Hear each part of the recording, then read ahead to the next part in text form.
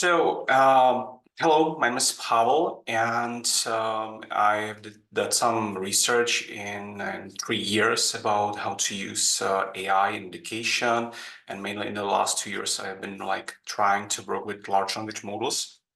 So I will just present a really quick overview of the results that I came with in these 2 years. Just a quick background. I used to be a software engineer. I'm teaching software engineering AI on university, and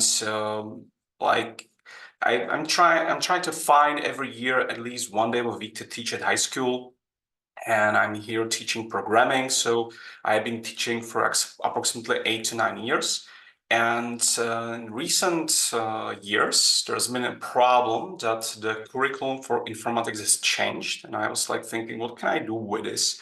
Because there's a problem in Czech Republic that there are a lot of teachers who are lacking the formal qualification, and they are teachers. They have the legislative qualification, but they haven't studied informatics. And the change in the curriculum on high school is that we have switched from information technologies to informatics. And that means that we have to teach our students how to think more systematically, how to program. And the programming is it's kind of hard to do if you ever programmed, as you know. And a lot of our current teachers even haven't had any formal education in programming, so it could be a problem. And I'm actually leaving the high school, and there's a problem. I was trying to find some replacement for me, and all teachers were like, okay, I will teach my students about Word, Excel, PowerPoint, but I don't know anything about programming. So I've been thinking, what can I do? And with the rise of GPT-3, it was really possible to use it for education, mainly for programming. It's really good. So I did some research about the effectivity of teaching with it and things like that. So the main objective of my research is to find out if large language models, especially GPT that are free, it was GPT 3.5 that we have used, can replace qualified teacher of informatics. So if you imagine that there's some teacher who hasn't any formal qualification in programming, and he maybe knows something about computers, Word, PowerPoint, and he's here to manage a class, and the ChatGPT could be the qualified one. He can teach the students how to program, and that real-life teacher that is lacking that formal education can just help them manage the class, help them with the process, but he doesn't teach the content. So that was the motivation. Will this work? So I have used some of my students who was teaching with me at the university. Some of my students at the university, and I took them to the high school, and they helped me with teaching. And we have divided a lot of students. It was something about 120 to two cohorts. One who did traditional learning, and one who used ChatGPT. These cohorts were divided even more. So we have 5 groups with 2 different teachers to compare it if there is some bias.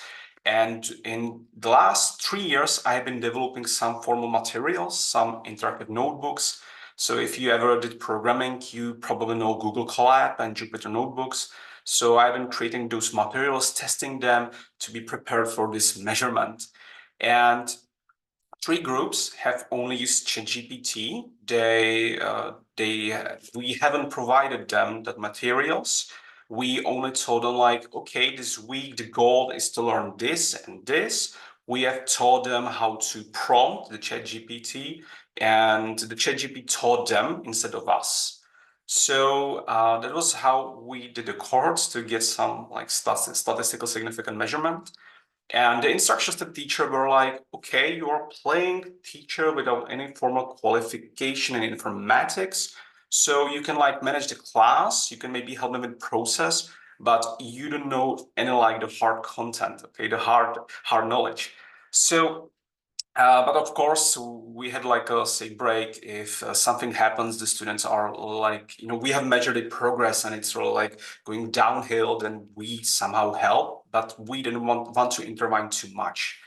So that was how we designed the experiment, and we wanted to teach everything that is in the new curriculum. So it was in Python language, and it was things like operation, condition, loops, data structures, mainly just collection. We have used lists, maybe tuples. And we ended up with the functions and how to decompose the program to functions. So that was our research design.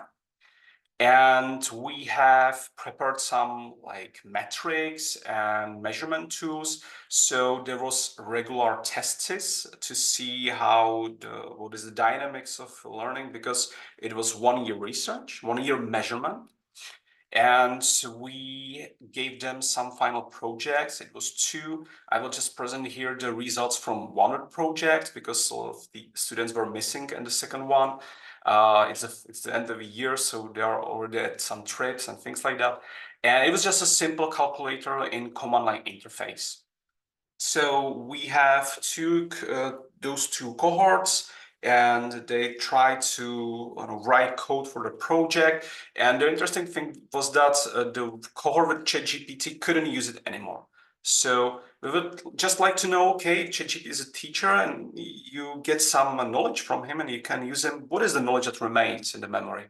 So that was how we measured, if to compare those 2 groups.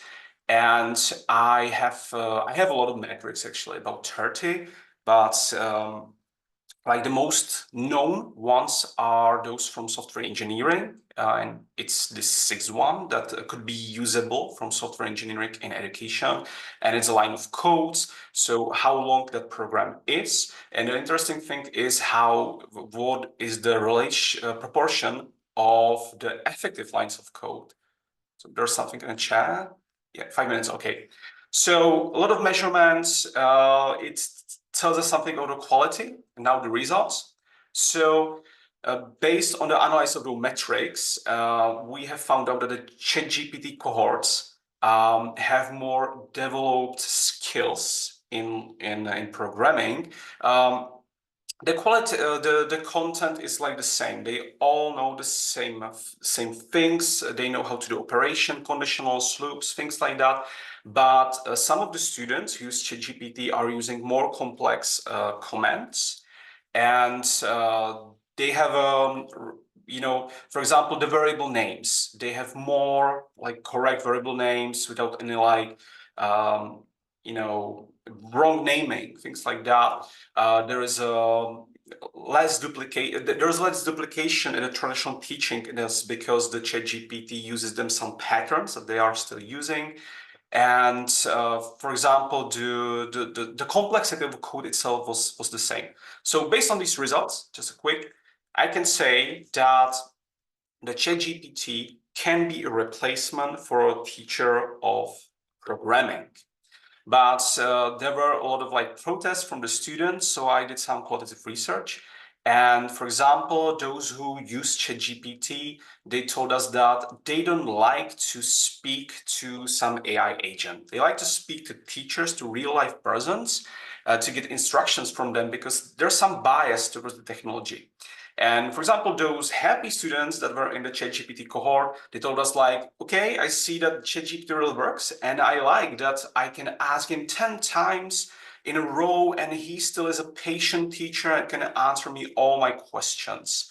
It was really interesting that, for example, those happy students who were like satisfied with Chatgpt teacher, like nearly all of them had somebody from the family in engineering industry, and a lot of them was actually programmers. The traditional cohort, there was problems with the material itself. They didn't like the interactive notebooks, and they would wish to hear the content of a lecture and not just read it. So based on this, we think that using Chatgpt has nearly the same identical results as using some traditional materials in teaching. But the Chatgpt teach our students to create more complex programs. It was really interesting.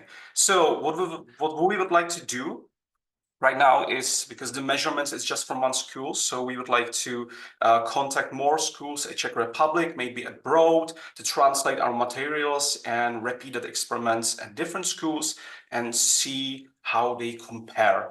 And a big problem was with unmotivated students. There was actually a lot of we have given them homeworks to measure just the progress, and they were cheating a lot of times. So these unmotivated students, they are statistical outliers. So we have to maybe find a way how to motivate them. So that was if you want, you can mail me. I would really like to cooperate with someone on such researches, and I can provide you with a little data. I have a really lot of qualitative data. I'm currently creating a data set, so you can analyze it too with me. And if you would like, you can read full paper and get some interesting, the full knowledge from my research. That's all.